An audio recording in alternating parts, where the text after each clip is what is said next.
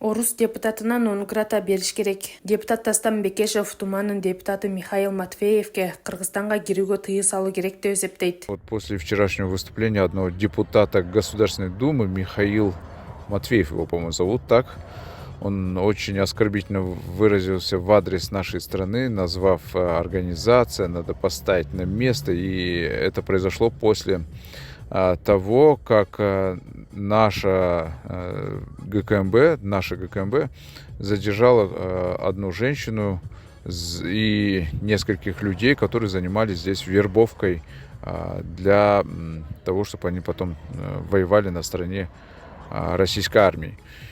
Вот, я на стороне ГКМБ. Вот, и считаю, что вот таких, как Михаил Матвеев, вообще вот надо разработать нам законопроект о нежелательных лицах. Такие законы есть во многих странах мира.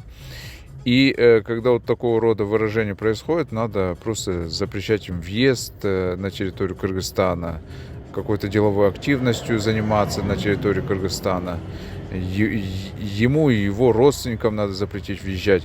Орус депутаты Михаил Матвеев Орус үйүнүн кызматкери Наталья Секиринанын кармалышы боюнча интервью берип, Борбор Азиядагы өлкөлөрдүн экономикасы Орусияга көз каранды болгонуна карабастан, Москвага карата тайманбас мамиле жасап жатканын айткан. Ошондой эле Орусияда бул өлкөлөргө басым жасоого көп механизм бар экенин айтып, Орус бийлигин аларды колдонууга чакырган.